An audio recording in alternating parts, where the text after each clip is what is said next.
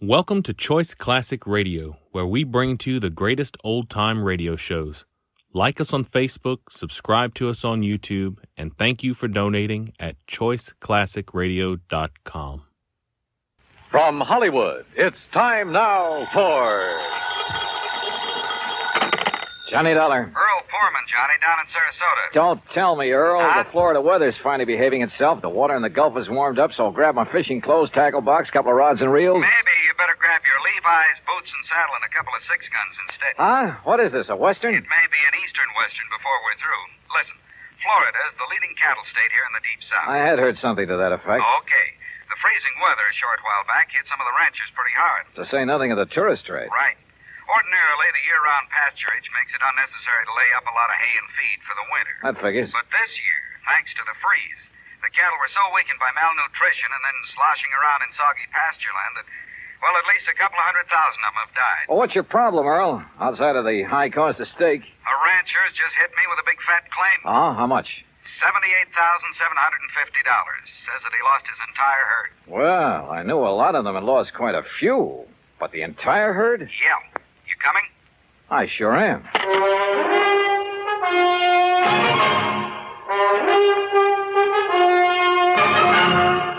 Bob Bailey in the exciting adventures of the man with the action-packed expense account.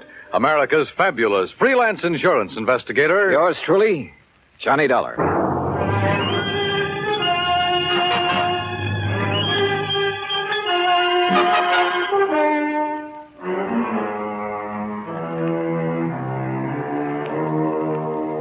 Expense account submitted by Special Investigator Johnny Dollar to the Tri-State Life and Casualty Company, Sarasota, Florida office. Following is an account of expenses incurred during my investigation of the Eastern Western matter. Expense account item 1, 9480, plane fare and incidentals, Hartford, Connecticut to Sarasota. As I expected, Earl Porman met me at the airport. We headed north on Route 41. 13 miles later at Bradenton, we turned east on 64 after grabbing a late lunch. That's item 2, 575. Then, still traveling eastward, we crossed the Kissimmee River onto a narrow, unimproved road into the swampland. And it struck me that what should have been lush green vegetation in this low, damp country was brown and lifeless. That's what the cold weather did, Johnny. All that grass, that good pasture froze and rotted away. No wonder the cattle haven't been eating well. But didn't I read somewhere they were fed the ruined orange crops? Yes, but that still didn't save a lot of the herds. Losses have been pretty heavy, huh? Yeah, but as I told you over the phone, Trimble is the only one I know of who lost all his steers. That the one who's made the insurance claim? Yeah, Bart Trimble. His fence starts at the next turn in the road. Have you had many claims, Earl? Oh, a few, a month or so ago. Small ones. Not many of these people insure their herds. There. That's where Trimble's place starts. You see it? I saw it all right. Hundreds of acres of wet, brown, dead-looking pasture land. I also saw the steers, hundreds of them, their carcasses lying there rotting in the sun. Or what was left of them. The buzzards had done well. 525 head, Johnny. But surely some of them must have survived. Not according to the claim I received. That's why I called you immediately. Earl, you said the other claims were filed a month or so ago. I hoped you'd catch that. Why did Trimble wait so long? That's another reason I called you. Yeah, I see what you mean. Here's his gate. Let's see what he has to say. The Trimble place was unexpectedly new and tidy looking. The main house was a concrete block affair, all white with a slab roof. Behind it was a barn and a corral. The stack of bale hay was obviously for the horses and hardly big enough to feed a herd of steers. A few chickens pecked around here and there. Coming. The woman who opened the door was about 40, tall and nice looking, well made up, almost out of place on a cattle ranch. Yes. Oh, Mr. Foreman, how are you? And her voice was soft, gentle, pleasant. How do, Mrs. Trimble? It's nice to see you, Mr. Foreman. Won't you come in? I hear you say Foreman, Betty? Yes, Bart, and he has a friend with him. Well, I won't kid you, Mr. Foreman. I'm glad to see you. Howdy. I hope you brought me a nice big insurance check. This is Johnny Dollar, Mr. and Mrs. Trimble. He's with our company. Well, how do you do, Mr. Dollar? Won't you please come in? Thank you. Dollar. I think I've heard of you. Oh? Sit down, won't you? Supper will be ready in a little while, and of course you're going to stay, aren't you? Johnny Dollar. Well, now, that depends. Now, of course you'll stay. I really should get back to Sarasota tonight. My wife... Yeah, wait a minute. How I know you're the insurance investigator. That's right. And what's he doing here, Pullman? What's there to investigate? Now, you may be trying to say I killed off the herd myself to collect the insurance money. I said nothing of the sort. Then what's to investigate? I told you. I don't like this, and I'm telling you right to your face. Now, Bart, you shouldn't talk like that. Well, it's the truth. Just what do you think you're going to do around here, Dollar? Bart, please. Well, that depends, Mr. Trimble. Does he have to say it's okay, Pullman, before you can pay my claim? Yes, he does. Well, believe me, if I'd known this was the kind of outfit I was dealing with, paying premiums to... Okay. All right, poke around as much as you want. Stay around as long as you like. We'll bed you down. We'll feed you. We'll show you what kind of people we are. Just don't get in my way. I've got a lot of work to do. And don't tell me I'm a crook. Now, let's be reasonable about this. Me? I'm being reasonable. You're the one that... what do you want, Shorty? Well, you told me to tell you, boss. Tell me what. A truck has come to pick up them hides. And help them load them on the truck. Go ahead. You're selling the hides from those animals? I will. Sure. Why not? Oh, we could salvage, that is. Anything wrong with that? Nothing at all. All right. You want horses to snoop around, help yourself. Saddles are in the barn, but just stay out of my way. Come on, Shorty, let's get out where the air's nice and clean. Sure, boss. I'm sorry.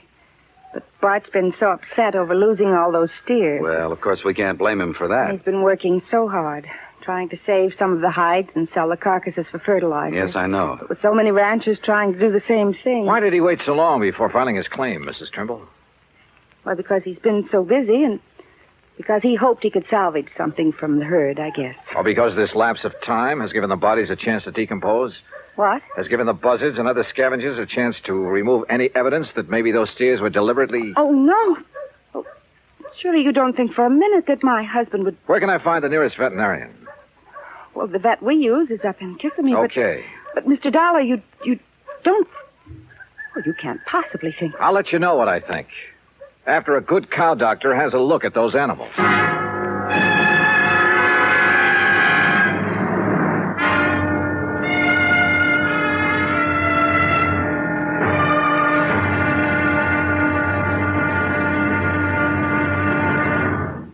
Act two of yours truly, Johnny Dollar, in a moment. From the halls of Montezuma to the shores of Tripoli is an exciting beginning to a stirring song.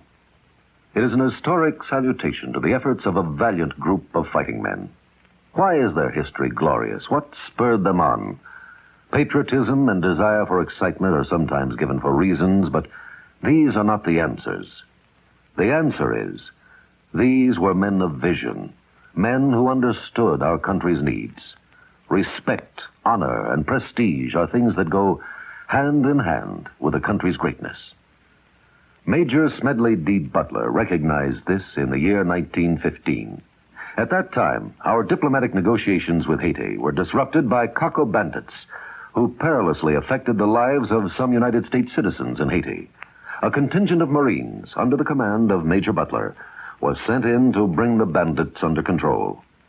Though they were holed up in Fort Liberté, Major Butler found an opening in the wall and led a terrifying charge through the breach that resulted in very dangerous hand-to-hand combat for himself and his men. Amid a furious onslaught of Cocker bandits and a hail of enemy bullets, Major Butler succeeded in overcoming the resistance and creating a peaceful atmosphere. His grateful country awarded him the Medal of Honor for bravery, forceful leadership, and action above and beyond the call of duty. The second time he was awarded this high honor. Major Smedley Butler had a code of conduct born of years of devotion and service to the United States of America. And now, Act two of yours truly, Johnny Dollar and the Eastern-Western Matter.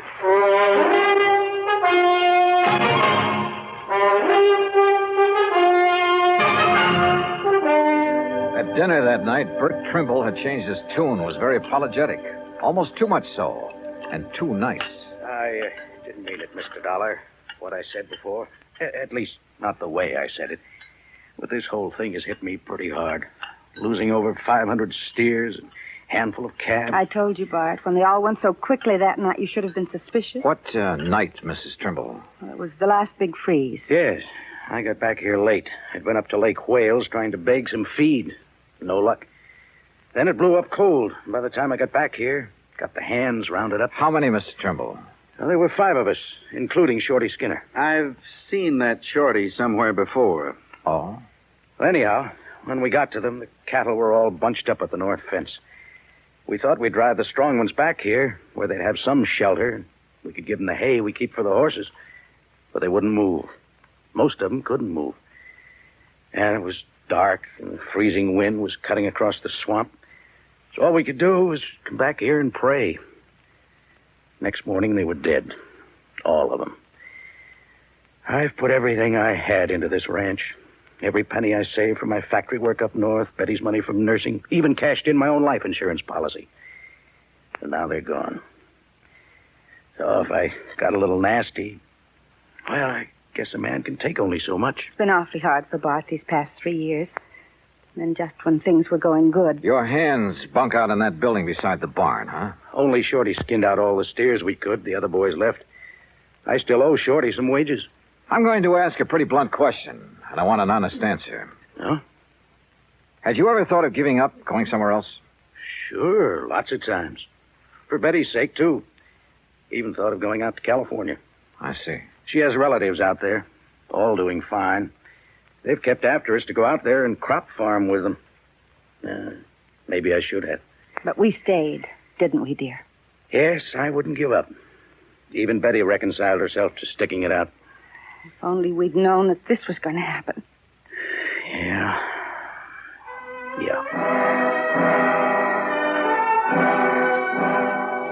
We talked on for a couple of hours, but got nowhere, and finally Earl and I plunked into our beds in the guest room.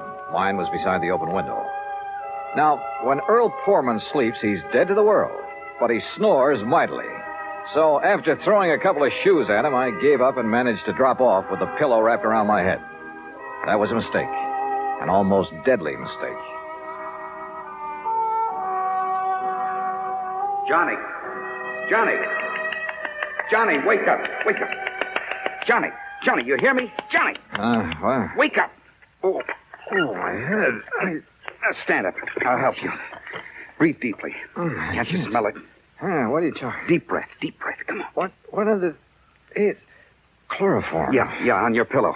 Holy hell. I threw it out the window, your pillow. It was saturated with chloroform. Give me a hand, Earl. I'm dizzy. Somebody came in that window. The pillow was over your head. You see him? No, but Johnny... Oh, let me sit down again. Yeah. Here, by the window. Now breathe deeply. Oh, yeah. I rolled out of bed in my sleep, that narrow bed, or I'd never have wakened. I heard the door slam, then I smelled it. But who? Johnny, I knew I'd seen that Shorty Skinner somewhere. Yeah? It was on a road gang over near Sarasota, a prison gang. You sure? I was driving my brand new cat. As I passed him and the rest of that glowering bunch, he let fly with a handful of mud. Now, if you ask me, he's the one who came in here and tried to chloroform. But why? That's what I'm going to find out right now. No, wait. I'll be feeling okay in a minute. Let me handle it.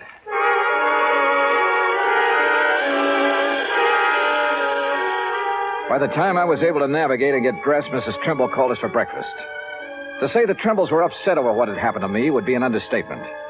Breakfast waited while we all went out to the bunkhouse. Shorty was gone. Took what little he owned with him, too. Has either of you any idea why he'd attacked me? Good heavens, no. But I never did really trust that man. He was such a sneaky-looking... like a little rat. Yet he was the only one who stayed when I couldn't keep their wages up to date. Where would he ever get hold of chloroform? That's the part I don't understand. From the locker, dear. Back in the barn. Huh? You know, the stuff we got to put that old sick mare out of the way. Oh, yes, of course. I think why Shorty did this is pretty obvious, Johnny. Yeah? He was afraid you'd find out what and who killed off this herd. Bart, look. Here, Betty. The note on top of this bunk. Here, let me see it. What's it say, Johnny? I'm tired working for no pay. I will leave you know where to send my pay when you collect on that there insurance. Shorty. Shorty Skinner. The crazy fool. Wanted his money. He knew I had none, but I could collect plenty on the insurance if he poisoned my herd. Oh, was it poison, Trimble? What? You didn't seem to think so before, but now that you have somebody to depend it on... No. Now you seem pretty sure of it. Mr. Dollar. No, Johnny, it must have been Shorty. Maybe not. When the vet arrives, if he decides the herd was poisoned, okay, we'll take it from there. Act 3 of yours truly, Johnny Dollar, in a moment. Our flag now numbers 50 stars, and behind each star there stands yet another flag, representing one of the 50 states. Wyoming's state flag pays homage to the monarch of the Great Plains, the bison, or buffalo as we call him. Set over the bison is the Great Seal of Wyoming, almost as a brand. The red on the flag's border represents the Indians who knew and loved the country long before white settlers arrived. It also represents the red blood of the pioneers who gave their lives in reclaiming the soil. The red, white, and blue border of the flag indicates Wyoming's oneness with the Union. Wyoming's state flag, the flag of the 44th state to enter the Union, was adopted on January 31st, 1917. And now, Act 3 of yours truly, Johnny Dollar and the Eastern-Western Matter. The veterinarian arrived from Kissimmee. He, Bart Trimble, Earl Poorman, and I rode out on horseback to inspect the dead cattle. As I had anticipated, the vet made it plain that the bodies were too far decomposed for him to tell anything. Until, that is, he noticed a pale purplish line around the inside edge of a watering trough at a far corner of the fence. Whoever used it didn't realize that it'd leave this telltale ring around the trough. Used what, Doctor? Well, let me scrape off a little, make sure. You think it's a poison, Doc? If I can taste it without getting enough to hurt me. Ooh. Well? Yeah, no doubt about it. Phenotic acid. That's what killed the herd? Yeah, beyond a shadow of a doubt. That's not a very well-known poison, Doctor. I know. It's used almost entirely in laboratory experimentation. I remember it well from my college days. But out here? Who did this to me? Who did it? You don't know? Shorty. Who else? Mr. Dollar. Look, I'm going back to the ranch house to a telephone. I'll see you when you get back there. I called the state police to get out on all points on Shorty Skinner. Then I started on the police in the neighboring towns. The second call to headquarters at Lake Wales got me unexpected results. Sure, we got him right here in the clink, sir. Oh? What are you holding him on? Just vagrancy, no visible means of support. Found him sleeping on a bench in the park about 9:30 last night, so we hauled him in, let him put his X on a police blotter. His what? His X, you know. I certainly do. Thanks very much. The others hadn't got back from the pasture yet. Mrs. Trimble was in the kitchen making lunch. Quietly as possible, I sneaked into their bedroom. Carefully hidden in a desk, I found a lot of letters from the relatives in California. Letters urging that they give up the ranch, do something, anything, to get the money out of it and move to California. Those letters were addressed to only one of the Trimbles. They were addressed to... And then I saw it, neatly framed on the wall, a diploma. A diploma from the famous Lippenwall School of... Why, Mr. Dollar, what are you doing? Mrs. Trimble, I found out that Shorty Skinner has served time. Shorty? At least to the extent of working on a road gang. What for, I don't know. Then he is a criminal. Then there's no question about who poisoned the herd. Oh? You know about the vet's findings? That they were poisoned? Well, no. No, but I thought it was understood. A lot of things have been understood. Wrong things. Did Shorty give you a home address when he came to work here? Yes. Yes, he did. Do you think he'd go there after what I'd like he's to done? see it, please. It's here in his top drawer. Yes, here. That's not his writing. No, that's mine. You see, Shorty can't write. Oh? So he couldn't have written this note you found in his bunk. But who... But look at it. Doesn't that curly Q on the letter T look like the one here when you wrote his address?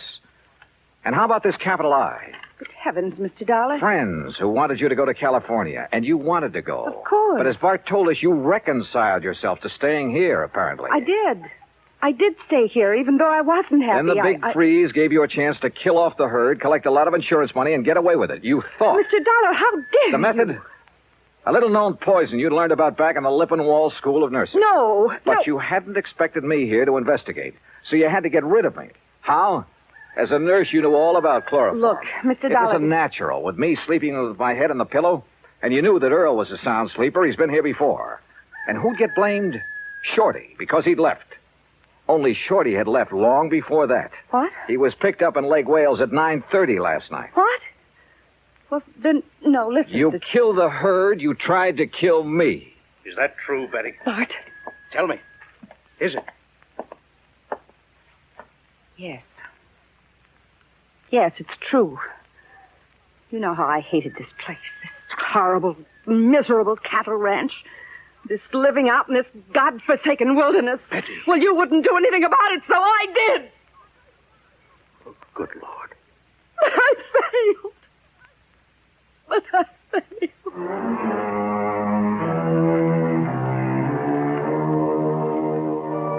Item 3, $50 to a lawyer at the county seat who took my deposition. It'll be used in the trial of Betty Trimble. As for Bart Trimble, well, I'm sorry for him. Expense account total, including transportation back to Hartford, $207 even. Yours truly, Johnny Dollar.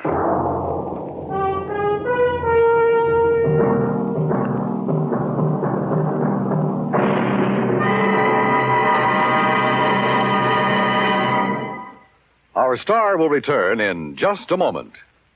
It doesn't take a war to make a hero, nor does it take a situation filled with an onslaught of deadly enemy gunfire, bombs, and mortars. It takes a man to make a hero, and a man's qualities of greatness are based on his code of conduct. It serves him in peace as well as war. In August 1916, when the United States was still at peace with the rest of the world, part of our fleet was anchored off Santo Domingo City. The USS Memphis was in danger of total destruction from a hurricane. Only the efficient operation of the engines and boilers could get her out of the critical area. Lieutenant Claude A. Jones was senior engineering officer aboard. In rapid succession, boilers and steam pipes began bursting about him, scalding him with clouds of steam. Thousands of tons of water came down on him. In complete darkness, Lieutenant Jones nobly remained at his post as long as the engines would turn over. His supreme, unselfish heroism inspired the men with him. When the boilers exploded, Jones, with 2 men, rushed into the fire rooms and rescued the men trapped there. In the face of death by drowning, burning, or suffocation from the scalding steam, Lieutenant Claude Jones performed a heroic feat because he felt it was his duty to do what he did. He earned the Medal of Honor because he had a code of conduct that served him well. Now, here is our star to tell you about next week's story. Next week, 1 honest woman, 2 honest men. Yet $100,000 was gone. Fact. Join us, won't you? Yours truly, Johnny Dollar.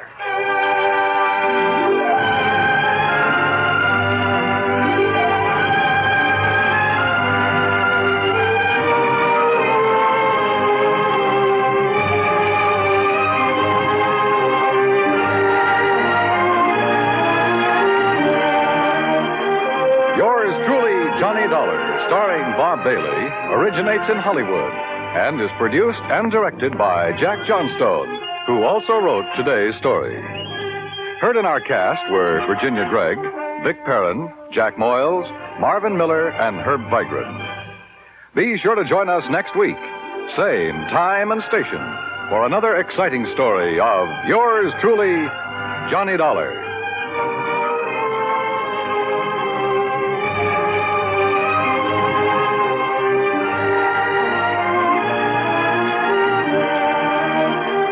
This is Dan Cubberly speaking.